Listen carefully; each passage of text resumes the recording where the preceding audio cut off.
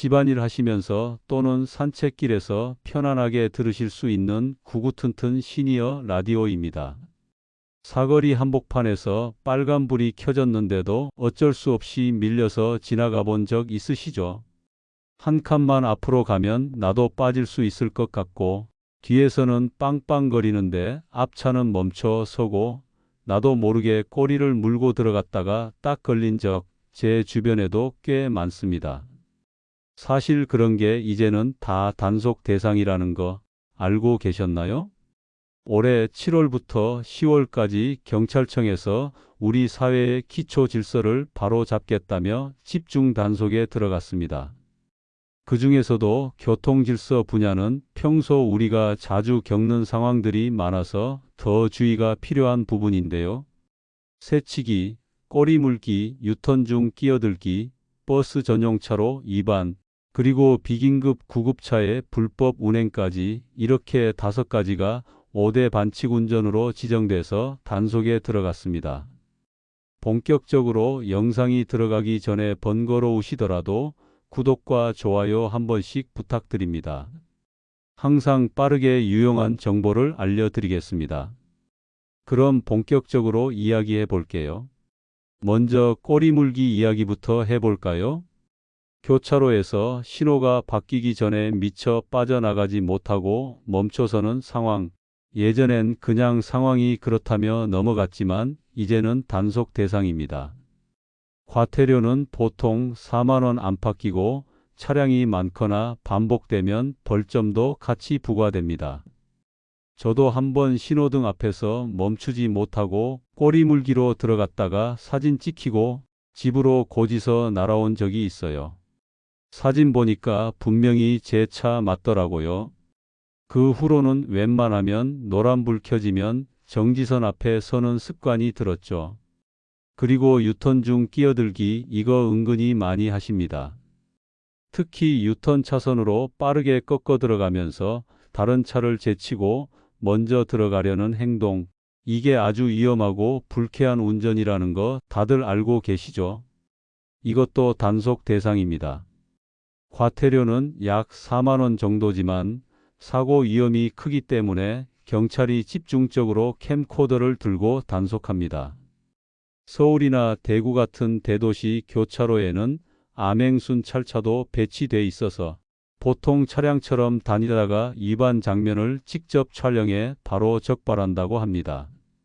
그리고 고속도로를 타보신 분들은 아시겠지만 12인승 이하 승용차가 버스 전용 차로로 다니다가 걸리는 경우 많습니다. 특히 주말에 좀 빨리 가보겠다고 전용 차로로 들어갔다가 찍히는 경우 많은데요. 이게 단속되면 과태료는 기본 6만 원에서 최대 12만 원까지 나올 수 있습니다.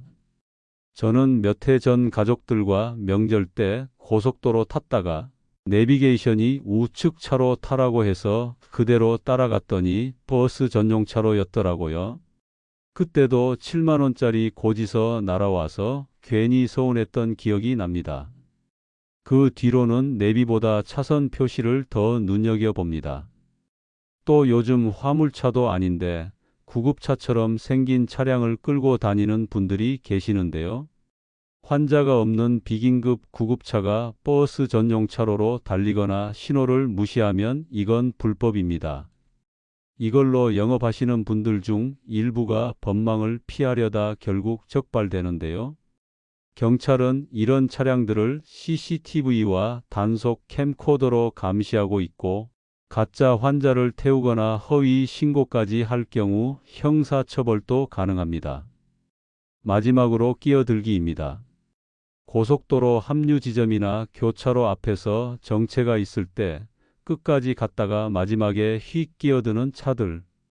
그 차 하나 때문에 전체 흐름이 엉키고 사고 위험이 커지는데요.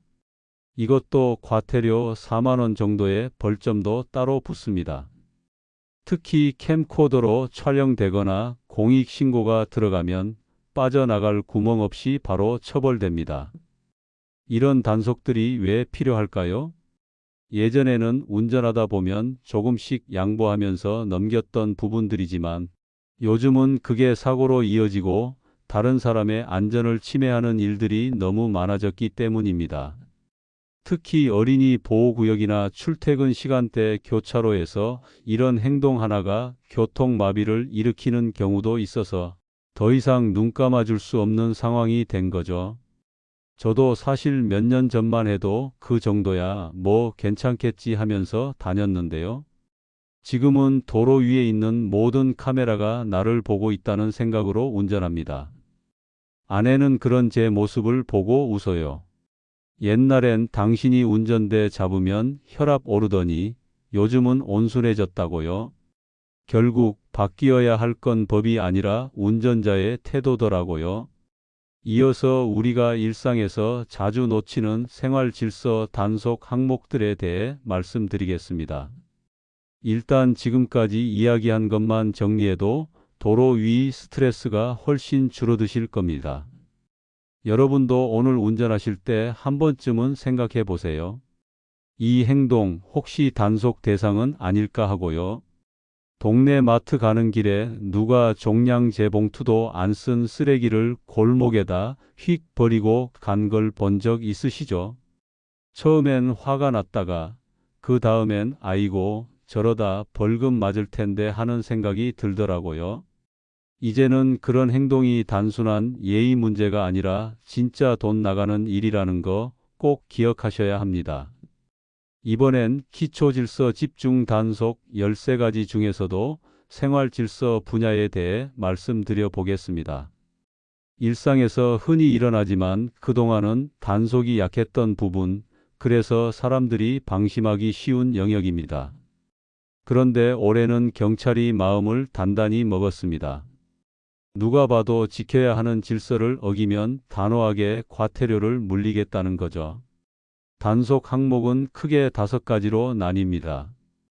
쓰레기 무단 투기, 불법 광고물 부착, 음주소란, 무전 취식, 암표 매매까지 포함되어 있습니다. 먼저 가장 흔하고 중요한 게 쓰레기 무단 투기입니다. 저희 동네에도 한동안 밤마다 누가 몰래 검은 비닐에 음식물 쓰레기를 버리고 가곤 했어요. 종량제 봉투도 아니고 악취가 나서 주민센터에 민원이 여러 번 들어갔었죠. 결국 CCTV 설치하고 나서야 멈췄는데 알고 보니 바로 옆 건물 사람이더라고요. 경찰과 지자체가 합동으로 단속에 나선 지금 이런 경우 적발되면 과태료가 최대 100만 원까지 부과됩니다. 단순 실수라도 반복되면 200만 원 이상도 가능하다고 하니 쓰레기 버릴 때는 꼭 종량제 봉투 확인하고 정해진 장소, 정해진 시간에 배출하셔야 합니다. 두 번째는 불법 광고물 부착입니다. 전봇대에 붙어 있는 이사 잘하는 집 전단지, 벽에 붙은 땡땡 의원 진료 중 스티커, 심지어 자동차 유리에 꽂힌 전단지까지 모두 다 단속 대상입니다. 저는 예전에 아파트 단지 내에 주차된 제 차 앞 유리에 붙은 대출 광고 전단지를 떼다가 붙은 본드 때문에 유리 코팅이 손상된 적이 있어요. 그래서 더 신경이 쓰이더라고요. 이런 불법 부착물은 경고 없이 단속되며 과태료는 지자체마다 다른데 보통 5만 원에서 30만 원까지 다양합니다. 거기다 광고물 제작자뿐 아니라 부착한 사람까지 처벌 대상이 됩니다. 셋째는 음주 후 공공장소에서의 소란입니다. 술 한 잔 들어가면 목소리가 커지고 농담이 과해지고 주위 사람에게 피해를 주는 경우가 많죠. 예전에는 그냥 그럴 수도 있지 하고 넘어갔던 분위기였지만 요즘은 다릅니다. 길거리에서 소리 지르거나 벤치에서 소란 피우면 경범죄 처벌법에 따라 과태료가 10만 원 이상 나올 수 있습니다. 특히 어린이 놀이터 근처나 주택가에서 술에 취해 고성방가를 하는 경우에는 경찰 신고가 곧바로 들어가고 경범죄 위반으로 벌금이 부과됩니다. 넷째는 무전 취식입니다. 이건 말이 좋아 무전 취식이지 사실상 먹튀죠. 음식 먹고 돈 안 내고 그냥 나가는 경우인데 요즘은 계산이 늦어져도 금방 신고됩니다. 특히 고의성이 인정되면 사기죄로 형사처벌까지 가능해집니다. 저희 옆집에 사는 분이 분식집을 하시는데 학생들이 때로 와서 라면 시켜 먹고 하나둘 빠져나가면서 돈도 안 내고 사라지는 일이 많았다고 하시더라고요. 경찰에 신고해서 결국 잡히긴 했는데 그 일 이후로는 출입문에 CCTV 2대를 달고 출입 시 얼굴 촬영을 하고 계십니다. 가게 입장에선 생계가 달린 문제니 당연히 조심스러울 수밖에 없죠. 다섯 번째는 암표 매매입니다. 예전엔 공연장 앞에서 암암리에 이루어지던 일이 요즘은 온라인으로 바뀌어서 더 교묘해졌습니다. 티켓팅 프로그램을 써서 표를 대량으로 확보한 뒤 웃돈을 얹어 대파는 방식이죠. 예를 들어 원래 5만 원짜리 표를 15만 원에 파는 겁니다. 문제는 이게 공연을 즐기고 싶은 사람들의 기회를 뺏는다는 데 있고 또한 법적으로는 형법 위반이라 처벌받습니다. 1회 적발되면 벌금 수십만 원, 반복되면 징역형도 나올 수 있습니다. 경찰은 매크로 사용 기록까지 추적하고 있어서 요즘은 인터넷 카페나 SNS에서 무심코 암표를 사고 팔았다가 걸리는 경우가 많습니다. 왜 이런 생활질서 항목까지 단속하는 걸까요? 옛날엔 그냥 민원으로 끝났던 일들인데 요즘은 그 민원이 폭발적으로 늘어나고 있고 공동체의 불편을 초래하는 수준이 됐기 때문입니다. 아무렇지 않게 버린 쓰레기 하나가 골목을 더럽히고 누군가를 불쾌하게 만드는 음주소란 하나가 주변 이웃의 하루를 망치기도 하니까요. 그리고 그걸 바로잡으려면 단속밖에 답이 없는 경우가 많습니다. 말로 안 되면 벌금으로라도 제어를 해야 비로소 사람들도 경각심을 가지게 되니까요. 저는 요즘 딸이랑 산책을 하다가 벤치에서 담배 피우는 어른을 보면 예전엔 모른 척하고 지나갔는데 요즘은 여기 금연구역이에요 하고 말씀드리게 됩니다. 처음엔 쑥스럽지만 그 한마디로 행동을 멈추는 걸 보면 이제는 말이라도 해야 되는구나 하는 생각이 들어요. 우리 동네를 지키는 건 결국 우리 자신이라는 걸 요즘 실감합니다. 다음은요. 서민경제 질서 단속 항목에 대해 말씀드리겠습니다. 장사를 하거나 예약을 하시는 분들, 인터넷 쇼핑을 자주 하시는 분들께 꼭 필요한 이야기입니다. 예약했는데 연락도 없이 안 나타나는 손님, 가게 앞에 앉아 음식만 잔뜩 시키고 먹지도 않고 나가는 사람, 거짓말로 리뷰 테러를 하는 일들까지 그동안 소상공인 입장에서는 속만 썩고 말았던 일들이죠. 그런데 이젠 경찰이 나섰습니다. 모두 단속 대상입니다. 서민 경제를 해치는 행위라고 보고 본격적으로 처벌하겠다고 선언한 겁니다. 이런 행위는 눈에 잘 띄지는 않지만 소상공인들에겐 정말 큰 피해로 이어지는 문제들입니다. 음식점, 미용실, 공연장, 병원 같은 곳을 운영하거나 자주 이용하시는 분들이라면 꼭 알아두셔야 할 내용들입니다. 크게 세 가지 단속 항목이 있습니다. 노쇼, 악성 리뷰, 그리고 암표 매매입니다. 첫 번째는 노쇼, 예약하고 아무 말 없이 나타나지 않는 경우입니다. 제가 잘 아는 고깃집 사장님이 계신데 어느 날 20명 단체 예약이 들어왔다고 하더라고요. 고기를 넉넉히 준비하고 자리를 다 세팅해 놨는데 아무도 안 왔대요. 전화도 안 받았고요. 그날 준비한 고기 다 버리고 다른 손님도 못 받았으니 그 손해가 얼마나 컸을까요? 예전에는 그냥 넘겼지만 이제는 이런 노쇼 행위가 반복되거나 고의성이 있다고 판단되면 업무방해죄로 형사처벌 대상이 됩니다. 실제로 병원, 식당, 미용실 등에서 노쇼 피해가 사회 문제로 떠오르면서 경찰이 적극적으로 수사에 나서고 있습니다. 과태료로 끝나는 게 아니라 형사 기록이 남을 수도 있다는 점 정말 조심하셔야 합니다. 두 번째는 악성 리뷰입니다. 경험하신 만큼 솔직한 후기를 남기는 건 소비자의 권리지만 사실이 아닌 내용으로 가게를 공격하거나 별점 테러를 하는 경우는 명백한 명예훼손입니다. 저희 딸 친구가 빵집을 하는데 어느 날 모르는 아이디로 여기 곰팡이 핀 빵을 팔아요라는 리뷰가 올라왔답니다. CCTV 확인했더니 그날 그런 일이 없었고 손님 중에도 그런 말을 한 사람도 없었다고 하더라고요. 결국 고소장을 제출했고 경찰이 수사에 나섰습니다. 단순한 악의성 리뷰 한 줄이 한 가게의 매출을 반토막 낼 수도 있는 세상이니까요. 반복적인 허위 리뷰는 업무방해죄나 정보통신망법 위반으로 처벌받을 수 있고 과태료가 아니라 형사처벌 대상입니다. 세 번째는 암표 매매입니다. 사실 요즘은 현장보다 인터넷에서 더 흔하게 이루어지는 일이죠.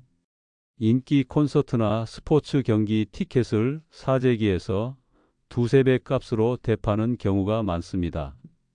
특히 프로그램을 이용해 수십 장씩 자동 구매해놓고 온라인 장터나 SNS에서 웃돈 받고 파는 겁니다. 이건 명백히 불법입니다. 형법상 부정 경쟁 행위로 보고 매크로 사용까지 밝혀지면 정보통신법 위반까지 추가됩니다. 제가 아는 분은 손주가 좋아하는 아이돌 콘서트 티켓을 사려고 했다가 정가는 8만 원인데 중고 사이트에서는 25만 원을 달라고 하더랍니다. 너무 억울해서 안 샀는데 그렇게 해서라도 표를 구했어야 했나 하더라고요. 경찰은 이제 이런 온라인 암표도 본격 단속하고 구매자 역시 처벌 대상이 될 수 있다고 밝혔습니다.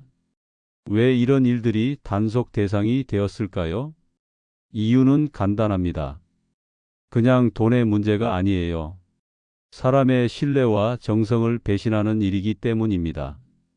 누군가는 정직하게 자리를 비워놓고 재료를 준비하고 손님을 기다리는데 그 모든 걸 망쳐버리는 거죠. 그 피해가 쌓이면 결국 자영업자들은 문을 닫고 서비스의 질은 떨어지고 사회 전체가 손해를 봅니다. 저도 예전에 인터넷 쇼핑몰을 운영해 본 적이 있는데요. 가짜 리뷰가 너무 많았어요. 배송이 늦어요. 불량이에요. 같은 리뷰가 올라오면 일단 그 물건은 안 팔립니다. 그런데 정작 배송이 늦은 건 택배사 문제였고 불량은 제품이 아니라 고객이 잘못 쓴 경우도 많았어요. 억울했지만 해명할 방법이 없어 고스란히 손해를 봤죠. 그때 느꼈어요. 리뷰는 칼날이고 노션은 폭탄이고 암표는 도둑이라는 걸요. 이제는 단속이라는 방패가 생겼습니다. 억울하게 당하는 일은 줄고 조금만 조심하면 벌금이나 형사처벌 같은 큰일도 피할 수 있겠죠. 중요한 건 단속에 걸리지 않게 행동하는 게 아니라 처음부터 남에게 피해 주지 않는 삶을 사는 겁니다. 정직하게 예약하고 솔직하게 후기 쓰고 공정하게 사고 파는 것, 이게 진짜 질서고 그게 우리 모두의 삶을 편하게 만듭니다. 이어서 해드릴 이야기는요. 이 모든 단속이 어떤 흐름으로 이어지고 우리가 어떤 태도를 가져야 할지에 대해 말씀드리며 마무리해 보겠습니다. 이건 단지 벌금과 단속의 이야기가 아니라 우리가 어떤 사회에서 살아가고 싶은지에 대한 이야기이기도 하니까요. 가끔은 우리가 살고 있는 이 세상이 점점 차가워지고 각박해진다고 느껴질 때가 있습니다. 웃으며 인사하던 이웃도 이제는 얼굴 한번 보기 힘들고 누군가 무심코 한 행동 하나에 상처받고 속상해하는 일들이 참 많아졌죠. 그런데 그 속을 조금만 들여다보면 그 모든 불편과 상처가 단지 큰 범죄 때문만은 아니라는 걸 알 수 있어요. 오히려 가장 가까이, 가장 일상적인 순간에서부터 시작되는 경우가 훨씬 많습니다. 그래서 경찰청이 올해 마음을 단단히 먹고 기초 질서라는 말에 집중한 것도 바로 그 때문일 겁니다. 제일 처음 다뤘던 교통 질서, 우리가 운전하면서 흔히 저지르는 꼬리물기나 끼어들기, 무심코 들어간 버스 전용차로 같은 행동들이 더는 그냥 넘겨지지 않게 된 이유는 그 하나하나가 곧 다른 사람의 안전과 직결되기 때문입니다. 저도 젊을 땐 바쁘다는 핑계로 급하게 끼어들기도 하고 차선 바꿔가며 빨리 가보려 했던 적 많았습니다. 그런데 아이가 운전을 배우는 걸 보면서 그제야 깨닫게 되더라고요. 저런 행동을 보고 따라할 수도 있겠구나. 내가 만든 습관이 누군가에겐 사고의 씨앗이 될 수도 있겠구나 하는 생각이요. 그 다음은 생활 질서에 대해 이야기를 나눴습니다. 쓰레기 무단 투기, 술에 취해 길에서 고성 지르는 일, 전봇대에 붙인 전단지 하나까지 모두 이제는 단속 대상입니다.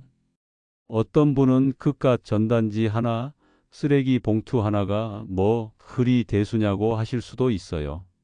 하지만 그게 모이고 반복되면 결국 동네 전체가 피곤해지고 아이들 교육에도 나쁜 영향을 주죠. 제가 사는 동네에서도 예전에 몰래 쓰레기 버리던 분이 있었는데 결국엔 CCTV로 적발돼 과태료 부과받고 그 이후엔 골목이 한결 깨끗해졌습니다. 그런 걸 보면 단속이라는 게 억지로 잡아들이는 게 아니라 생활의 기준을 다시 세워주는 일이라는 걸 느낍니다. 서민경제 질서에서 말씀드렸던 것들은 특히 마음이 무거웠습니다. 예약하고 나타나지 않는 노쇼, 거짓된 악성 리뷰, 웃돈 원전 암표 매매 같은 행위들은 겉으론 가벼워 보이지만 실제 피해자는 하루하루 장사로 생계를 이어가는 사람들입니다. 제 친구 중 한 명은 오래된 미용실을 운영하는데 예약만 잡히면 하루 일정을 다 그 손님에 맞춰 움직이더라고요. 그런데 노쇼 한 번이면 하루 수입이 반토막 나는 거예요. 그런 일이 몇 번 반복되니까 사람에 대한 믿음이 무너진다고 하더군요. 리뷰도 마찬가지입니다. 요즘은 포털이나 배달앱 별점이 곧 매출로 이어지니까 사실이 아닌 악의적인 리뷰는 칼보다도 무섭습니다. 그래서 이제는 단속이 아니라 보호의 개념으로 경찰이 개입하는 거겠죠. 이쯤 되면 이런 생각이 들 수도 있습니다. 뭐 이렇게 단속이 많아? 숨도 못 쉬겠네? 맞습니다. 겁날 수 있죠. 하지만 경찰도 단속이 목적이 아니라 변화를 유도하는 게 목적이라고 말합니다. 즉, 처음부터 벌금 내게 하려는 게 아니고 이건 이제 사회적으로 용납되지 않는 행동입니다 하고 신호를 주는 거예요. 단속이라는 건 어떤 의미에선 사회가 내미는 마지막 손길일지도 모릅니다.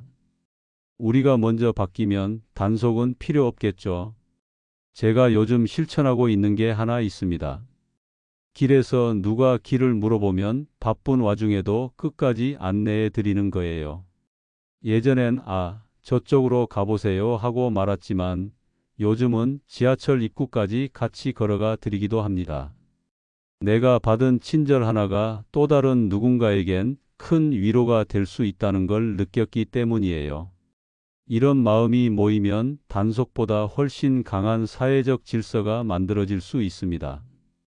혹시 이 영상을 보시면서 나는 괜찮겠지 하고 넘기신 부분이 있다면 오늘 한 번쯤은 내가 혹시 다른 사람에게 불편을 주고 있지는 않았을까?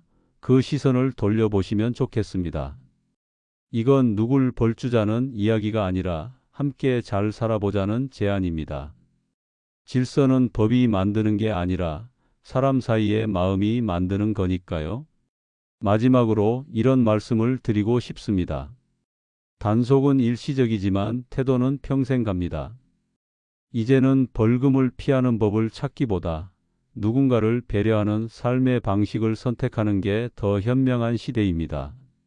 우리가 만드는 변화는 아주 작게 시작되지만 그 파장은 오래갑니다. 아이들, 손주들, 또 그 아이들의 세대까지도 영향을 받게 될 겁니다. 생각나는 소중한 분이 있다면 이 영상을 건네보세요. 그리고 좋아요와 구독 한 번씩 눌러주세요. 제가 다음 영상을 만드는데 큰 힘이 됩니다. 구구튼튼 여러분 오늘도 건강한 하루 되시고 손 내미는 모든 분들께 따뜻한 온기 전해지길 바랍니다. 다음 영상에서 인사드리겠습니다. 감사합니다.